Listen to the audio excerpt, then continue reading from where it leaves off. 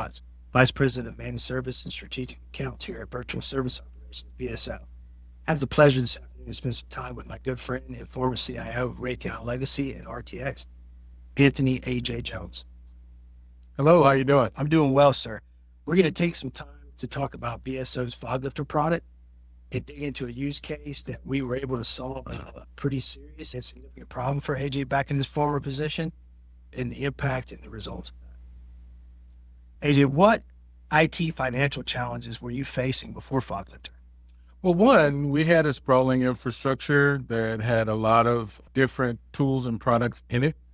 And I had a philosophy that I was implementing for the organization was that you can't manage what you're not measuring to see adequately what it's doing on a day-to-day basis. And so we were really looking at the business units that we supported from a corporate infrastructure. We're not real happy with the bills we were sending down from corporate. And so we were getting a lot of back and forth on what we were charging each business unit, how it was inaccurate in a lot of cases. And so my biggest issue was I needed to have good visibility so that I could actually provide good services to the business. So I needed to know that the financial numbers were accurate that we were sending down. So we were really trying to prove that we were sending out accurate bills to the business units. Well, in specific in the storage space, FogLifter ultimately was able to provide a lot of clarity in that space as to what you had, what you didn't have, what was used, what wasn't used. Exactly. And I think that was the biggest piece was my internal customers were saying, well, I don't think my bill should be this high. Why am I paying for this when it was supposed to have been deactivated 6 months ago? So again, if I'm not adequately measuring the environment to see what truly is there, then automated billing processes are just going to pass on inaccurate billing data to the customer. So those were the things from a storage environment that we really wanted to make sure that if they requested something to be decommissioned, that we went through the process and then it came off the bill the next month. And so having that visibility for all the way back from the infrastructure, all the way to the front end bill to the customer, to the invoice to the customer was critical for us to really run IT like a business. Absolutely. And having personally been involved back in the time, because I was an engineer in space and I actually helped get the deal signed and work through it. I know the ability of FogLifter to go down this tech out a little bit, down through vCenter, all the way down to the VM and see what was allocated, what wasn't, where that VM was decom 3 months ago, why is there still storage allocated to it? And we created a list of LUNs, if you will, LUNs that burn down list, basically, and go, hey, here you go. And it was so many at the time. I remember distinctly that it wasn't something a storage engineer could do in a day. We had to create a project around it. We're the great partners who had the vision to think through this and allow us to help them solve the problem at the time. All right. How fast did you see the results? It was pretty much immediately. Once we started getting the reports, my team and myself, we sat down and started looking at it as the owners of the infrastructure, as the service providers internally to the business. And we were able to see, well, were we actually accurate in what we thought was in the environment? Did we decom or stand up the capabilities within our SLAs to the business units so that were we accurate within our deliverables? And then were we able to actually get accurate bills to the actual internal business units on time so that they could actually review them? And then if they did have questions and comments that we could respond back accordingly. So I think that was really a multifaceted capability, still based on the premise of if you're not measuring and really adequately looking at your environment and the information that's there captive in the systems in a business-like fashion, then you're not able to actually perform a real strong managed service capability. And once we were able to start doing that, the business units looked at us differently. They were able to then start trusting us and saying, well, the bills are right. I have more money. Can you do this? Or can you make sure that I can get this off because I have a challenge that I got coming up. So I got to go save some money. Where can I go in and shave off some of what's in the environment that's not being consumed? So we were actually being an internal strategic partner to our businesses, helping them meet their financial challenges. So it really stepped up our game, so to speak. Well, that segues great into my next question is how did it change the way your teams and your businesses make decisions? I mean, it was strategic to everything we did because we were now able to be a trusted internal service provider project. Within large organizations, business units, and corporate, you always get this pull, this back and forth, this tension between corporate and the business units of, is corporate really providing the value to the business units? And I took that to heart because I went from the business unit to corporate, back to a business unit, back to corporate multiple times. And so it was always within my purview to really be that good strategic partner because I understood the business and the challenges they were under and the financial strain and the timelines from being in the business.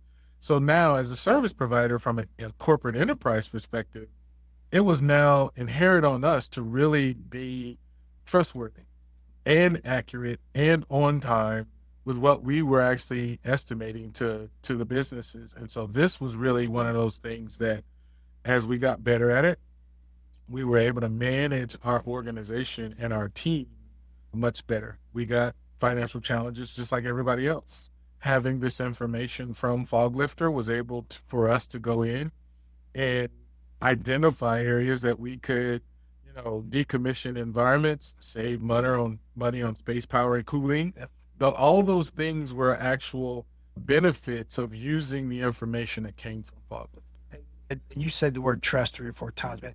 The clarity that FogLifter is being able to provide, I've seen it in some of our other larger clients and some other places.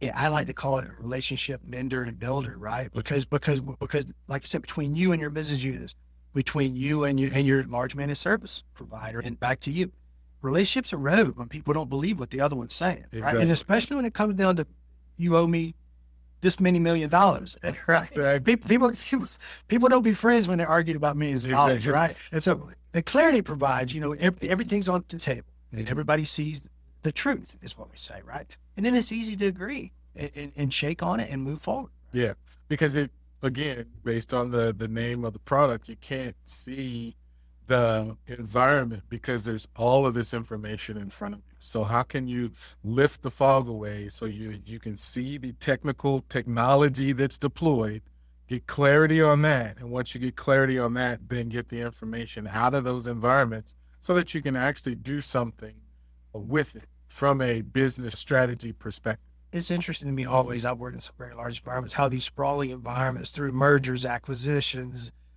new leadership get sprawled. And the information, like I said, and the understanding of the assets and the equipment and the capacity of the storage gets lost and washed. It happens it's not just you guys, I promise you.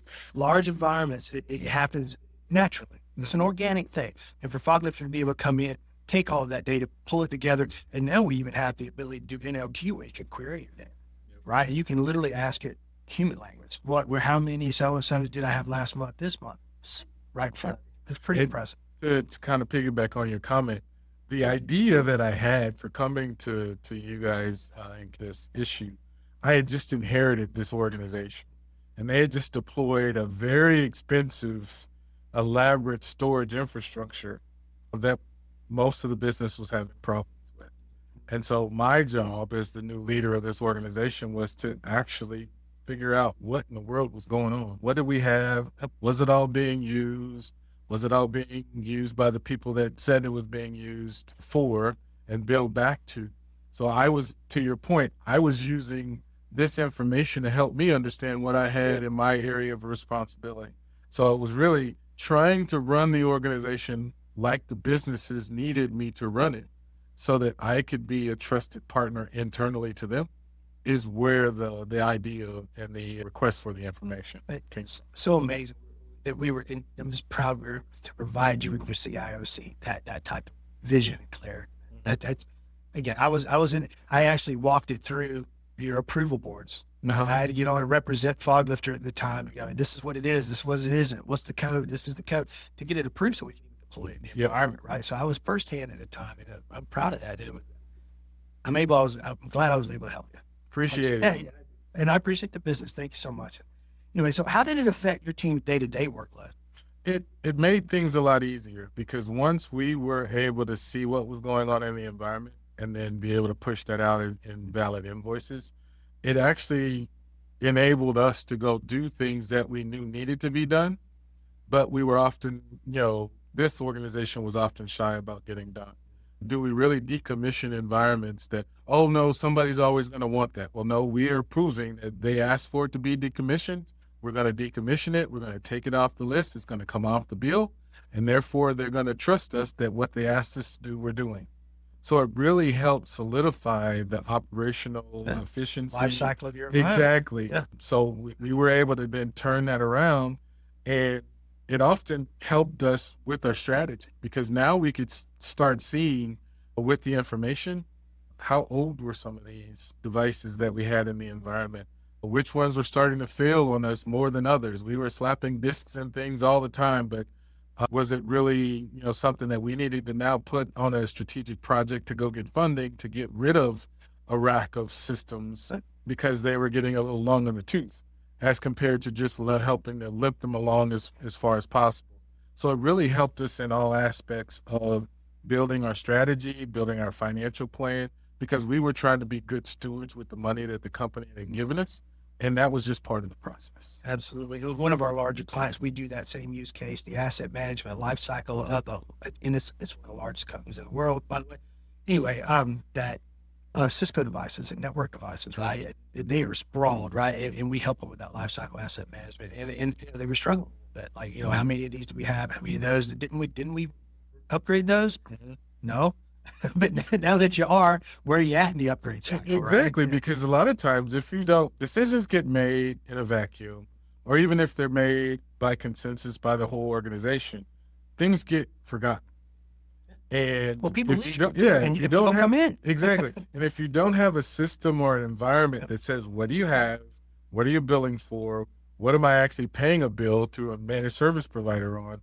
So you can actually, go in and trust but verify that one side of the ledger is matching the other side, then, things get out of whack. And if you don't have that, then these capabilities like this help you to actually run IT operations like a business runs a frontline P&L. That's right. And we talked about earlier, our last segment in our podcast here, of how IT then accelerates and enables your business to run its business, right? To manufacture on time, et cetera, et cetera. Uptime is uptime all the way around, down the assembly lines, right? Yep. What would you tell another CIO who's not using FogLifter? I'd say you're missing out on the ability to actually step up your game in the way that your IT organization is seen by the strategic leaders, the senior leadership team. Because as soon as you start to create reports and run IT like a business, like finance, like operations, like engineering, like frontline P&L, they're going to see that you're serious about your craft. And this is I've seen as one of the most influential tools is really show me the money. Is where's the money going? Where did it go as far as, what we invested in and what's already there? What am I going to bill or charge back or show back to the business units or to the CFOs of what we're spending it on and how it's been allocated?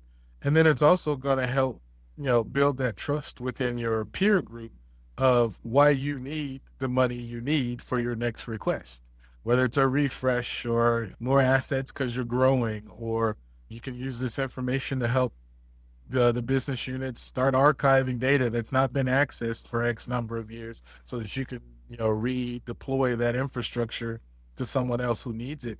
It helps in all aspects of how you run the IT organization, and that's running it like a business. It's running it like your peers and the other functions want to see IT run. That's right. It provides you the clarity and the visibility to give you the ammunition to sit in those rooms and have those conversations. Yes. To say, I know my business. Yep. Let me help your business. We fought for seats at the table for so long to get IT to be sitting at the table. Well, this is one of those tools in your tool belt that you can actually use to really be equal to the other organizations, and they can see that you're really running it like a business, just like they are. That's fantastic. And so what would it have cost you to not have deployed FogLifter? It would have caused some reputation hits for me not having done it, because I was brought back in to reassess this organization and to kind of right size it, so to speak. So that would have been a credibility hit of not being able to do it. But I think, asset measure. yeah, Correct. exactly. I mean, we build that over our careers, right? Exactly. In that scene. And that was critical for us. And then it would have also been just an organizational credibility because, like I mentioned before, we were having the business units be concerned about some of the bills that corporate was sending down. And having been recipient of some of those bills in my prior role, I could attest that, hey, we told you to decommission this environment 3 months ago, and you're still billing me for it. So I felt some of that. So my job was to go back in and fix that. And so I think, if I wouldn't have had this, it would have cost more inaccuracies being, pushed down to the business where they were tying up dollars that they didn't need to. And like I said before, it would have been a reputation hit that, oh, we can't send this guy back in to do what he needs to get done. But the information was able to be pulled and we were able to really do something really good for the enterprise. Well, I mean, it would have cost you time, energy, money, and reputation. Those are some valuable things. Exactly. That we all need to run Yes. business. All right, how would FogLifter fit into your IT strategy going forward? You kind of got into a little bit when we were talking about what another CIO. So, you don't have to repeat that much, but just, how would it fit in your IT strategy? Plug it in, get your visibility and go. Exactly. I think it's one of those when you look at how you are running your technology in your organization, and they've got new, organizations and new terms. So we were just talking about TBM, technology business management, where you're actually running IT like a business, any other function in your organization. This is one of those things that is part and parcel to, being a good steward for the money that has been invested and then being able to use capabilities to request future funds. I see this as a key component to being able to do that. And so, I would say it's a key component within your strategic planning is to say, what do we have? What do we need? How do we get there? What's our roadmap going forward? Exactly. Right. And this is one of those, outputs that you and your team need to sit down and review. Are the bills credible? How accurate are we in sending information out? How accurate are we in decommissioning or deploying infrastructure on the timelines that we said so that we can make sure our bills that flow down, whether it's chargeback or showback, to the business units. And if you're not doing that, just ability for the CIO to be able to sit with your boss and explain, I asked for this money. This is where it went, and have the credibility with you, the CIO, CEO, CFO, COO, whoever your peer group might be. Well, if that CFO is asking you for money, to cut money. Exactly. No, not here, but here. Exactly. I can find places to do that. Exactly. You can then use that information to make trade-offs. Absolutely. But those are good, solid business practices that if you're not doing that in your IT organization, you're missing out. And FogLifter is a tool that you can use to help you do that. That's fantastic. Really appreciate your time. And look, all these years later, we didn't even know each other personally back then, but we were helping each other. But it's a pleasure to sit here and talk to you about it now. Thank you Appreciate so your time. much. Thank you, sir.